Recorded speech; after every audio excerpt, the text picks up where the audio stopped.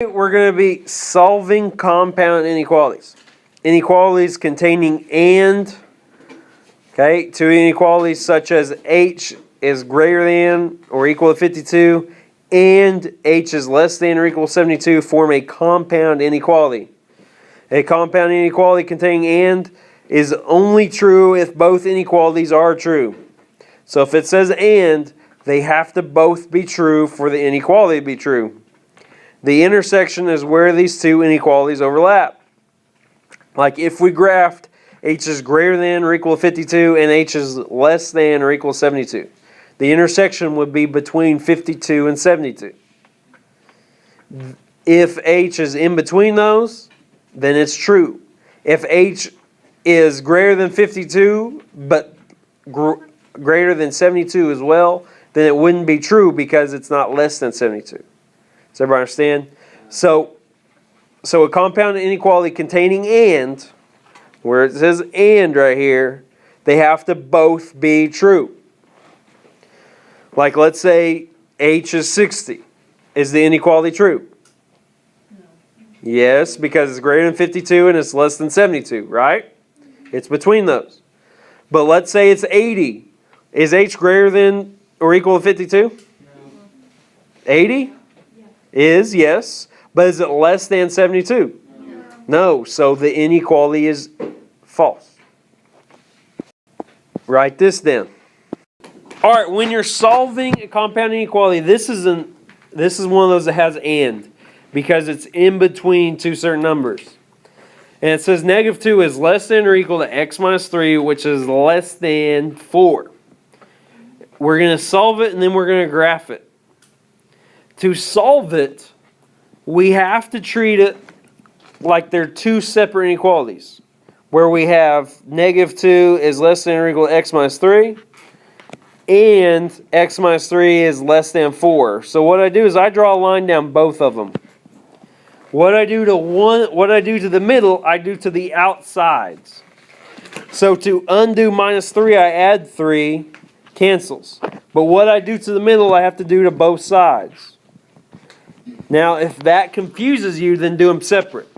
Do negative 2 is less than x minus 3, work that out, and then do x minus 3 is less than 4. Okay? But I like to do them at the same time. I think it's easier that way. Negative 2 plus 3 is 1, which is less than or equal to x, which is less than 7.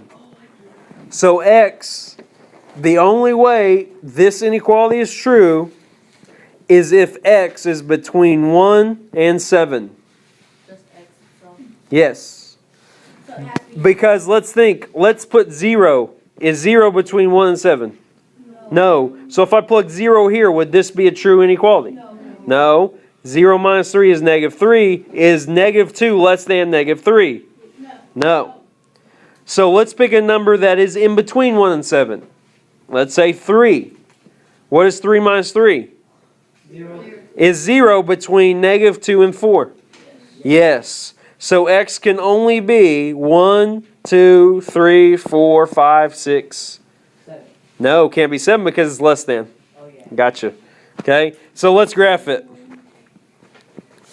Okay, it's a closed circle around 1 because it includes 1, but it's an open circle around 7 because it does not include 7. It's just, it could be 6.99999, but it can't be 7. And then x is in between there. This is the intersection that we called it earlier, because it's between these two. Everybody understand? That's how you would graph an inequality with and. So the bigger number has the open circle on it? Only because this sign is less than and not equal to. So This sign is less than or equal to, so that's why it's a closed circle. It doesn't matter where it's at. and's the key word? And is the key word. Okay? Any questions? If it's greater than, then it's a closed circle. If it's greater than or equal to, then it's a closed circle. The equal to is what matters with open or closed. This is equal to, so it's closed. This is not, so it's open. Oh, okay. Write this down. Alright, Sometimes they split it. Instead of writing it like they did on problem 4, they'll just split it up. Which this could actually be written the exact same way, but they don't always do that to you. We have y minus 3 is greater than or equal to negative 11, and y minus 3 is less than or equal to negative 8. What we have to do is solve for y on both of these. Okay, so we add 3 here, and we get y is greater than or equal to negative 8. Here, when we add 3, we get y is less than or equal to negative 5. So now we need to graph it.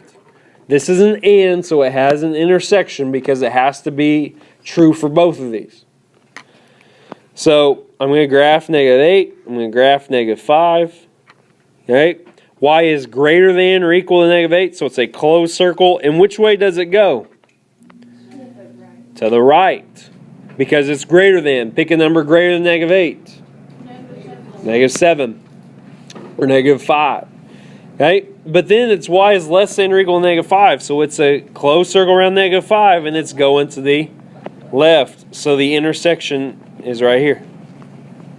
The only way for this to be true is if it's negative 8, negative 7, negative 6, and negative 5. Or anything in between there. Okay? If it was negative 4, one of these would not be true. Right? So the inequality would be false.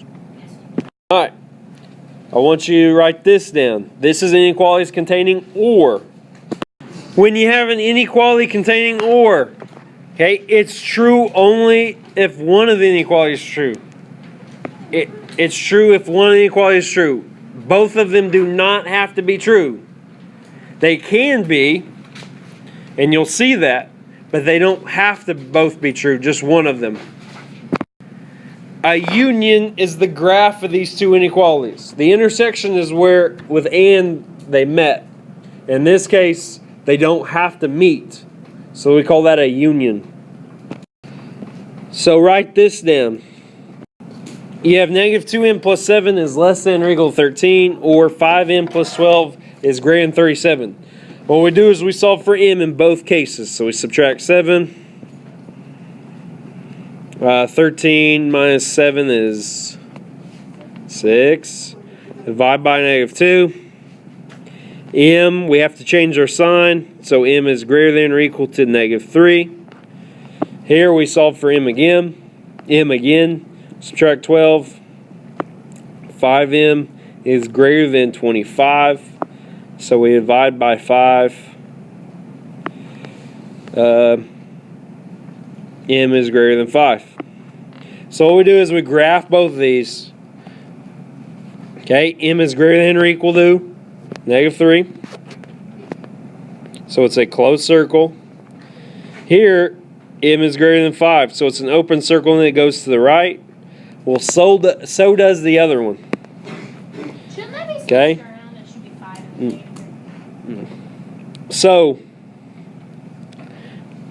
it looks like this.